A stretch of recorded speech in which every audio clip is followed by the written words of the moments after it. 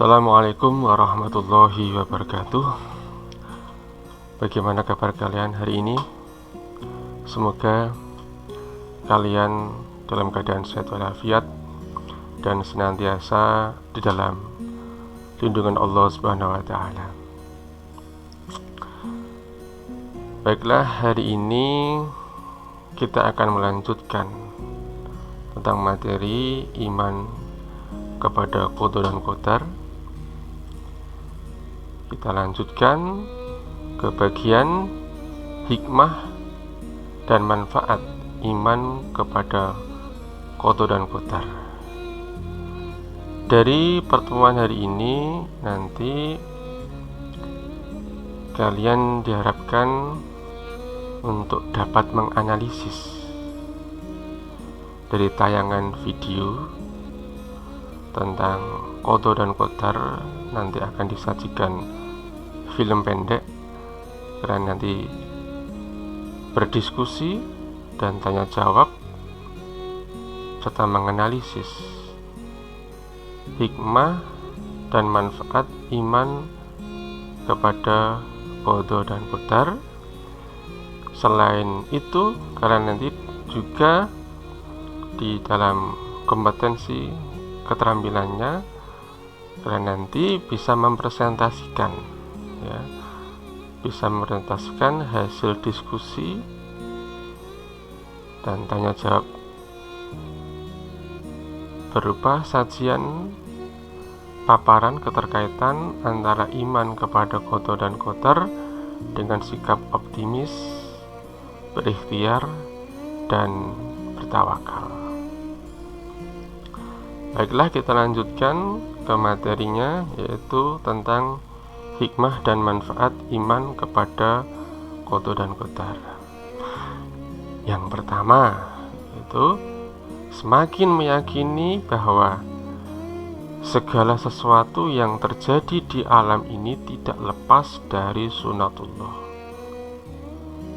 Segala sesuatu yang terjadi itu artinya ada hujan, ada panas, ya, ada banjir, ada kekeringan, ada gempa, apa saja yang terjadi di alam ini adalah sudah menjadi sunatullah.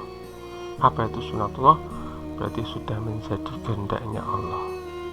Tidak ada satupun yang terjadi di muka alam ini yang tidak diketahui oleh Allah, ya. Jadi kalau kita melihat gempa, kita melihat banjir, ya memang itu sudah kehendak Allah. Yang kedua, semakin termotivasi untuk senantiasa berikhtiar atau berusaha lebih giat lagi di dalam mengejar cita-cita. Meskipun kita tahu bahwa takdir hidup kita itu sudah ditulis oleh Allah, nanti kamu akan menjadi ini, menjadi itu, semuanya sudah kehendak Allah. Akan tetapi kita tetap diwajibkan untuk berikhtiar atau berusaha. Sebagaimana firman Allah, innallaha la yughayyiru ma biqaumin hatta yughayyiru ma bi anfusihim. Jadi Allah tidak akan merubah nasib suatu kaum sampai kaum itu sendiri yang mau merubah nasibnya, ya. Jadi memang takdir itu sudah ditentukan, tetapi kita tetap wajib untuk berusaha. Yang ketiga, meningkatkan keyakinan akan pentingnya peran doa bagi keberhasilan sebuah usaha, ya. Ingat, kita punya Allah, kita punya Raja. Jadi ketika kita berusaha,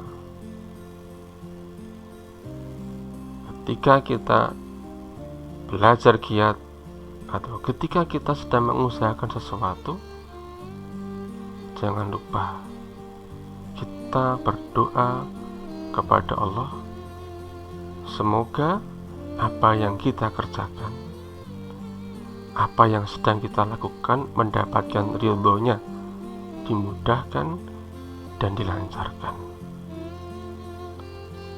Nah, dengan doa tadi, bagi orang-orang yang mempunyai keyakinan di dalam hatinya, doa itu akan menjadi semangat spiritual. Jadi ada keyakinan di dalam hati, ada ketenangan di dalam hati bahwa apa yang sedang saya lakukan ini mendapat ridho Allah, sehingga ketika kita menjalankan itu ada rasa tenang di dalam hati, ada rasa tentramnya, ada keyakinan bahwa kita itu sudah mendapatkan izin. Jadi kita lebih tenang dalam berusaha. Yang keempat, meningkatkan optimisme dalam menatap masa depan dengan ikhtiar yang sungguh-sungguh. Berusaha wajib, berdoa itu juga tidak kalah wajib.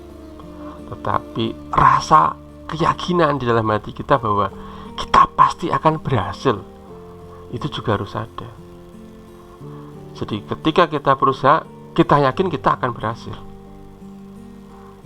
Ya, kita yakin apa yang kita usahakan pasti ada hasilnya dan pasti akan berhasil. Kemudian yang kelima, meningkatkan kekebalan jiwa dalam menghadapi segala rintangan dalam usaha sehingga tidak berputus asa ketika mengalami kegagalan. Nah, ini yang namanya usaha pasti ada rintangannya, dan tidak semua usaha itu semulus yang kita inginkan. Rintangan pasti ada, tetapi keyakinan kita jangan sampai down, atau jangan sampai malah kita berputus asa. Jangan, ya. Kita yakin aja kita akan berhasil. Rintangan pasti ada, anggap aja itu sebagai penyemangat kita. Dan yang terakhir, menyadarkan manusia bahwa dalam kehidupan ini dibatasi oleh peraturan-peraturan Allah Subhanahu wa taala yang tujuannya untuk kebaikan manusia itu sendiri. Bersikap optimis, ikhtiar, dan tawakal sebagai implementasi beriman kepada qada dan qadar Allah. Ya. Jadi seperti yang tadi saya sampaikan, ketika kita berhasil, kita tidak sombong, dan ketika kita gagal, kita tidak mudah putus asa. Tidak segera sombong dan tidak segera berputus asa ketika kita mengalami kegagalan. Nah, terus apa kaitannya antara iman kepada qada dan qadar dengan sikap optimis, ikhtiar, dan bertawakal? Seperti tadi yang saya sampaikan di depan, bahwa ketika kita menjalankan sesuatu, ya kita harus yakin bahwa sesuatu yang kita jalankan itu pasti akan berhasil. Kita berusaha sungguh-sungguh. Ingat, di dalam berusaha kita harus tetap berdoa. Nah, kalau kita sudah berusaha sekuat kemampuan kita sudah berdoa, dan terakhir adalah kita harus bertawakal. Kita serahkan hasilnya kepada Allah. Ya, itu sedikit materi yang dapat saya sampaikan. Semoga bermanfaat. Tetap jaga kesehatan. Wabillahi taufiq wal hidayah. Assalamualaikum warahmatullahi wabarakatuh.